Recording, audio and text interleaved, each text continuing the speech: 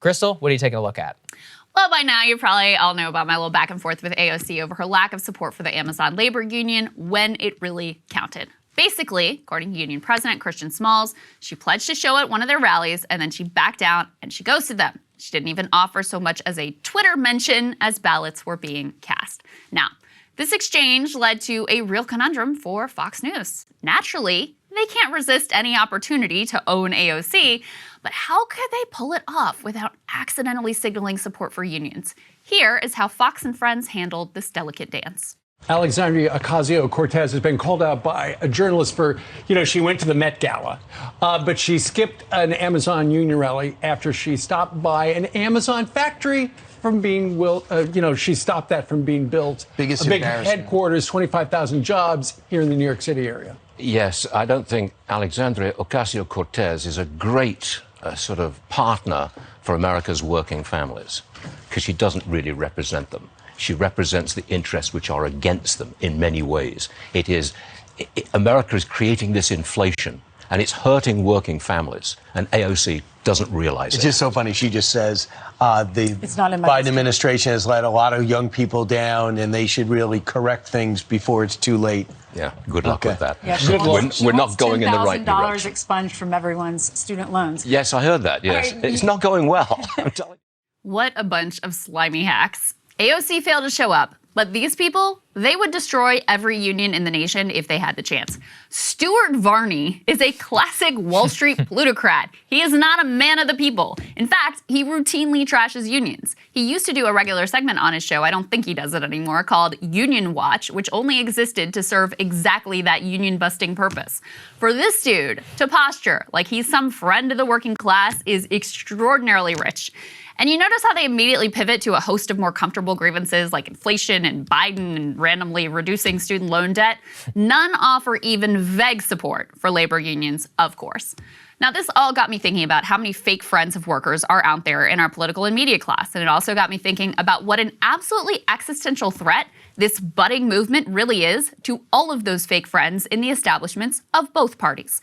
You got the lefties like AOC and co, who are supposed to be allies, but for whatever reason deemed this fight with Amazon, the most critical labor fight in the entire country, as not being worth their time and attention. But at least now that they see this as a winnable fight, maybe they'll show up next time. You've got establishment Democrats. At this point, most of them fall in the category of completely useless rather than actively oppositional. They're willing to generally say they support unions, but do little to change a status quo, which is overwhelmingly anti-union. Then you got the Republicans. More on them in just a moment. So More Perfect Union has compiled a helpful tracker of which members of Congress have bothered to say a single word about this historic, monumental victory for workers. Makes the score here pretty clear. In the House, when I checked this yesterday, 34 out of 221 Democrats have congratulated the workers on their victory. 34. That is a paltry 15% of the caucus. This list is dominated by squad members and by progressives. In the Senate, 10 out of 50 Democrats have spoken up. It's a mix of progressives, people like Bernie and Ward and Sherrod Brown, and then the New York Democrats Schumer and Gillibrand. That is also pathetic.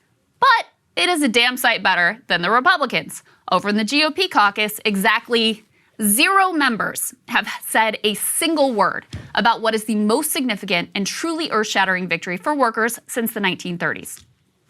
Obviously, this comes as no surprise, but it's worth taking note of nonetheless. Republicans spent the Trump years using the language of the working class, putting workers on stage at the RNC as a political ploy, but not moving their actual policy a single inch. It's a damn shame, because in previous eras, labor unions did receive bipartisan support, and it was better for everyone when both parties felt like they had to compete to win union votes and organizational backing.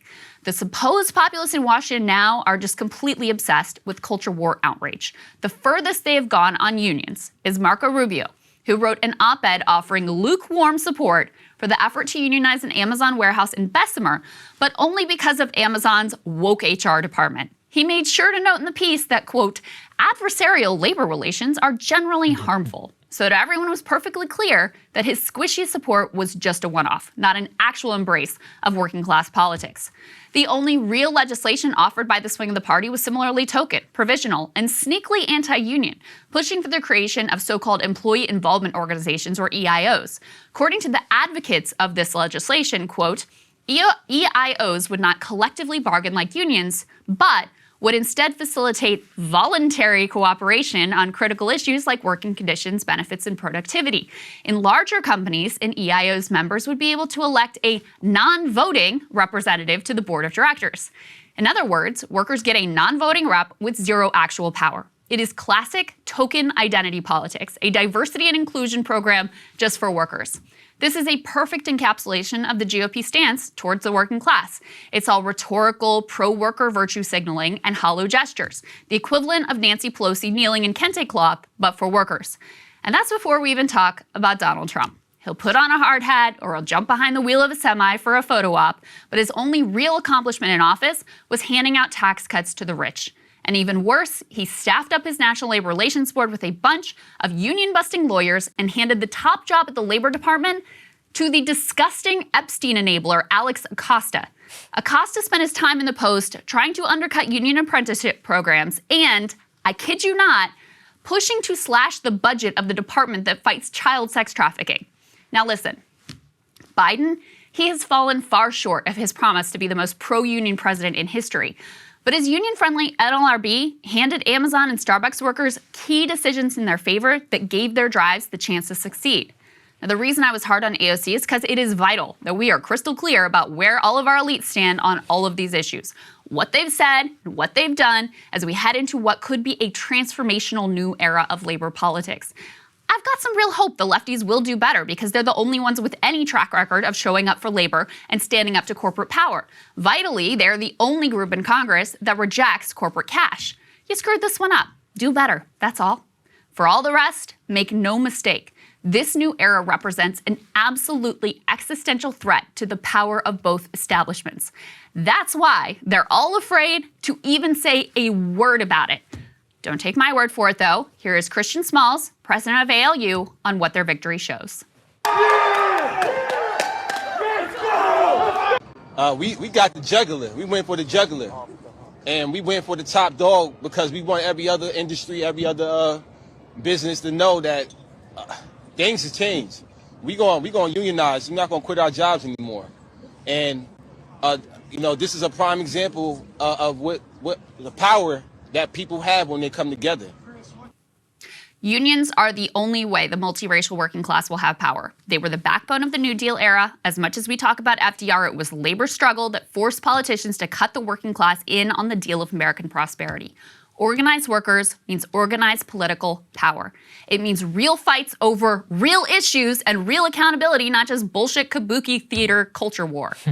But the vanguard of this movement is young millennials, Gen Z. Many are likely non-voters, a latent and powerful force taking its first steps towards mass political power. These workers were radicalized. They were radicalized by COVID, by being treated as disposable by their corporate bosses and by their political leaders. Whether you have a D or an R, they see right through your token gestures and will accept nothing less than actual say, power, and control in their workplaces and in society at large. In other words, this win is a step towards real democracy, a massive tectonic shift away from the slide towards police state and technocratic rule by elites, and now all the fake friends have just been thoroughly exposed. Onward. Very interesting, Sagar, to see what anyone has to say. Cable news is ripping us apart, dividing the country, making it impossible to function as a society, and making it impossible to know just what is true and what is false. But the good news is they are failing and they know it. That is why we're building something new, a new mainstream, a healthier one, something more trustworthy, something that we are going to need in one of the most pivotal times in American history. We are building up here for the midterms, for the upcoming presidential election, but we need your help. So if you can help us out by becoming a premium member today at breakingpoints.com, we're trying to change America for the better and the entire world. So what are you waiting for, guys? Go to breakingpoints.com and sign up and help us build a new mainstream.